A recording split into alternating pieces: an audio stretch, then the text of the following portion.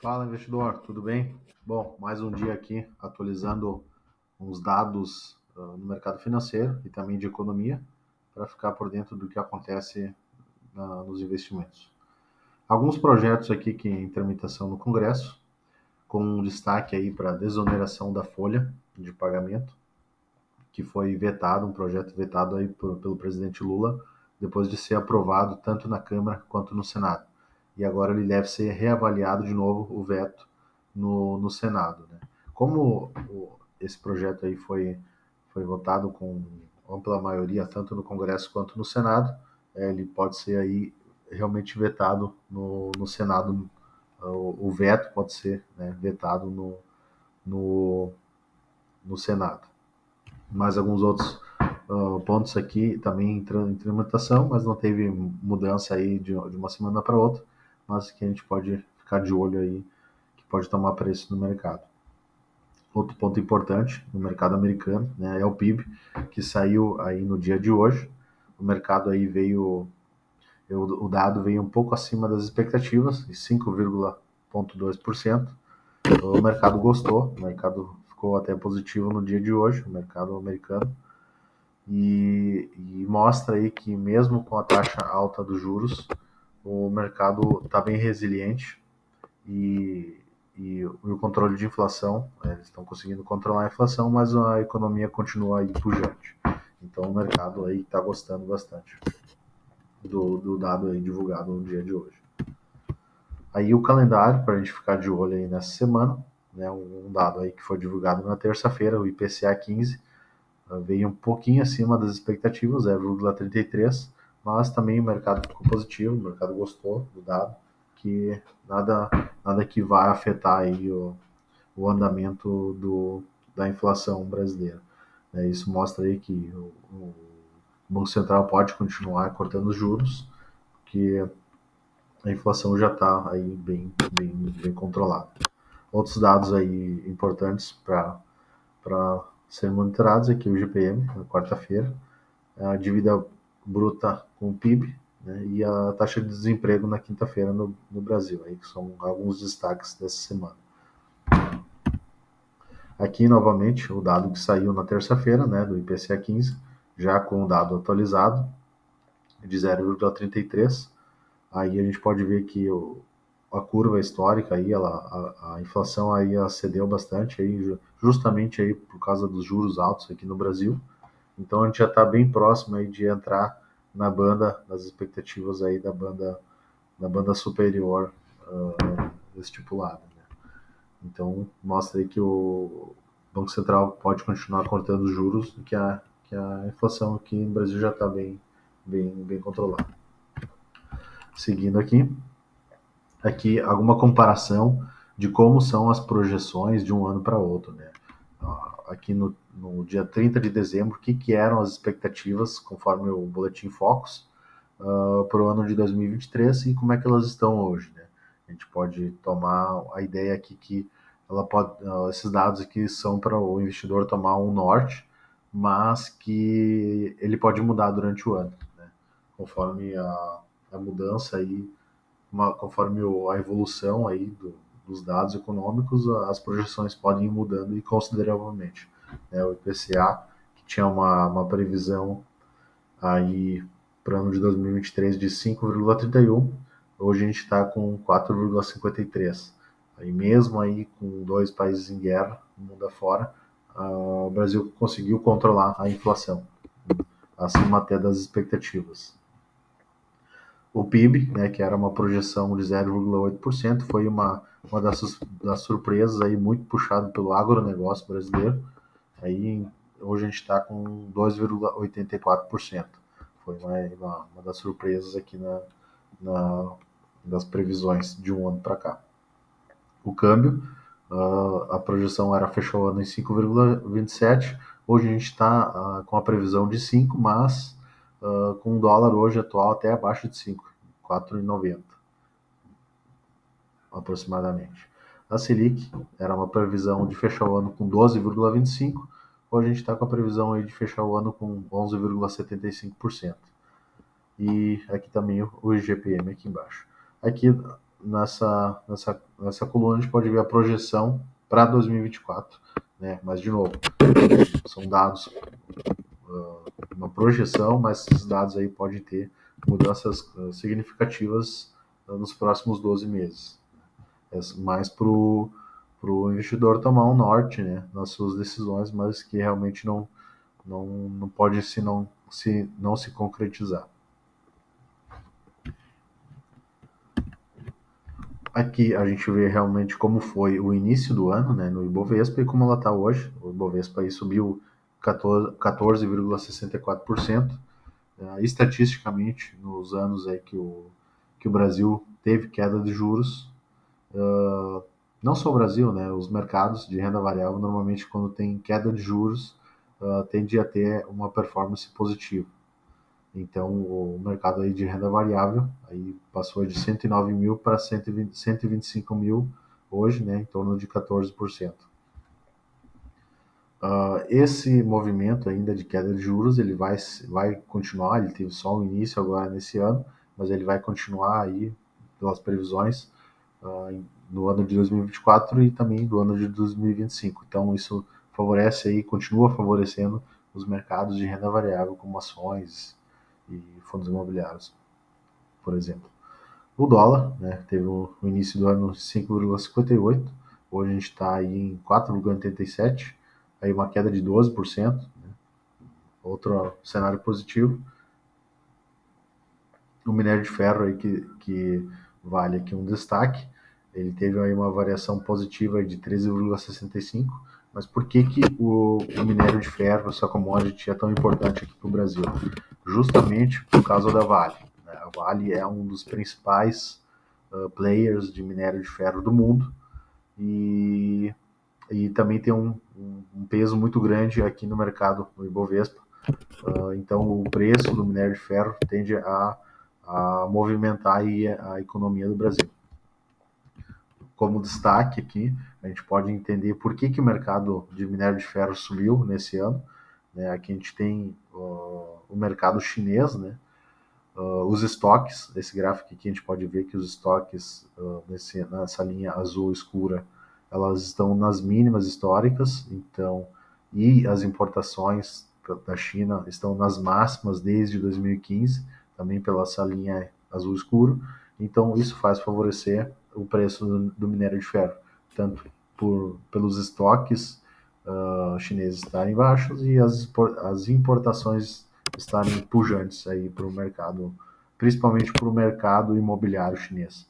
Isso favorece aí a valorização do preço do minério de ferro aqui no Brasil e também toma preço às ações da produtora do minério, como a Vale.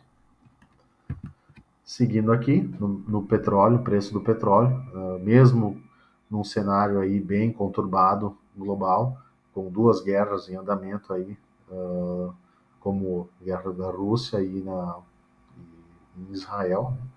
O preço do petróleo aí teve uma variação negativa, né, que é justamente normalmente ao contrário do que acontece em conflitos. Né? Na Selic, né, a gente vê que no início do ano a gente estava num pico histórico, 13,75% de juros, e hoje aí 12,25%, mas ainda com mais uma queda, mais um corte já previsto aí por parte do Banco Central aí na próxima reunião do cupom que vai acontecer em dezembro. Então a gente vai fechar aí o ano abaixo aí dos 12%, 11,75%, que é a previsão. Esse gráfico aqui mostra o fluxo de capital estrangeiro, ou seja, quanto que entra de investimento do exterior aqui no Brasil. Aqui no primeiro gráfico, tem um gráfico diário, a gente vê que diariamente, aqui nos últimos tempos, tem entrado um fluxo positivo, né, de capital estrangeiro entrando. Isso faz com que o dólar aqui caia, né, favorece o real, o mercado, a moeda nacional. E aqui o segundo gráfico é um gráfico anual. Né? A gente vê que ano passado teve uma entrada muito forte mesmo aí, de entrada de capital estrangeiro, e esse ano também continua positivo. Né? E isso mostra aí que o investidor estrangeiro está apostando realmente no mercado brasileiro. Se a gente for, normalmente o investidor estrangeiro, dentro da sua fatia de investimento, né, coloca alguma parte em mercados emergentes, né?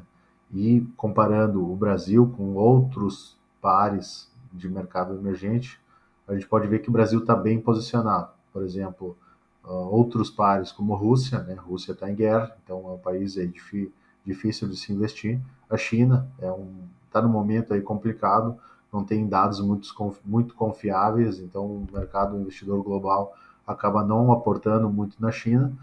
E outro mercado, um player aí de comparação é o México, né? O México é bem mais próximo aqui do Brasil, mas que tem uma dependência grande aí dos Estados Unidos.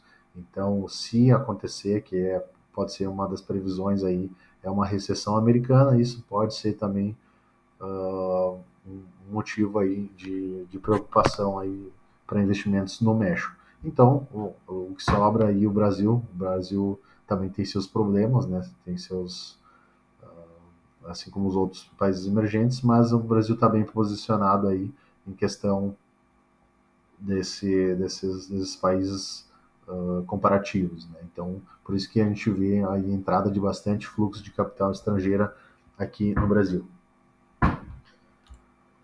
Seguindo, justamente é para entender quanto que a bolsa está barata, né? É um gráfico que não é o gráfico do Ibovespa propriamente, mas é um gráfico o preço dividido pelo lucro, que a gente pode ver quanto mais alto é esse gráfico, né? Mais caro seria a bolsa brasileira nessa linha de cima, e quanto mais baixo, né? Mais barato seria, né? Nessa métrica que é o preço dividido pelo lucro. A gente pode ver que esse ano a bolsa já teve bem mais barata, né? Sim, teve uma boa valorização, né? Agora a gente está a um desvio padrão abaixo da média, mas que ainda para chegar na média tem espaços aí para em torno de 20 a 30% de valorização aqui no mercado brasileiro.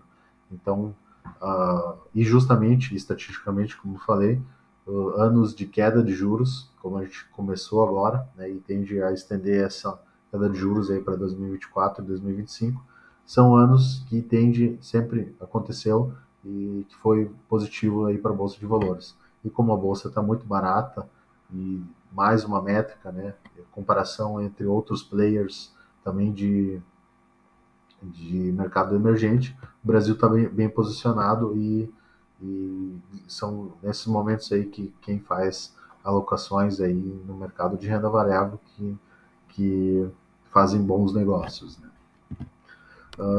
Alguns destaques aqui porque a gente teve esse ano, tanto de alta quanto de baixa, né? A gente vê que alguns papéis aí, inclusive acima de 100%, como Indux, que é uma empresa aí de educação, outros papéis relevantes, como Petrobras, aí uma valorização de 80%,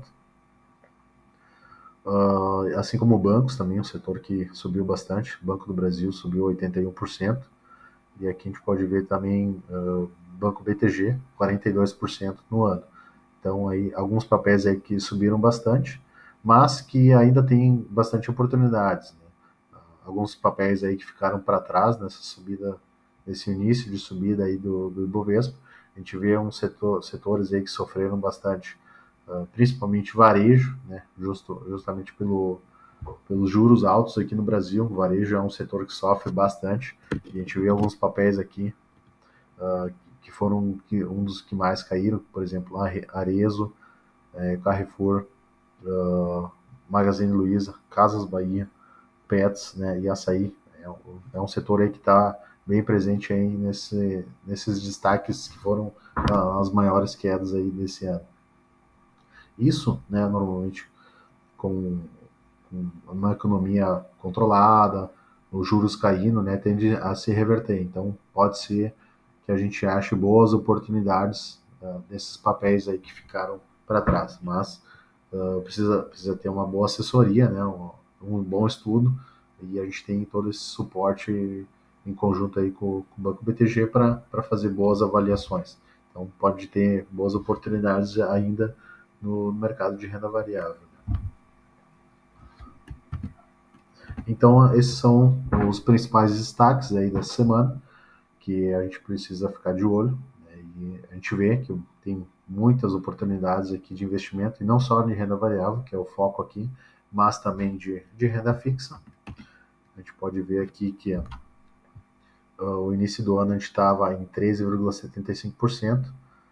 Hoje a gente teve já alguns cortes na taxa de juros, a gente está em 12,25%, mas a previsão é que o Banco Central continue a queda dos juros para ir. A projeção de 2024 é que o ano termine em torno de 9%.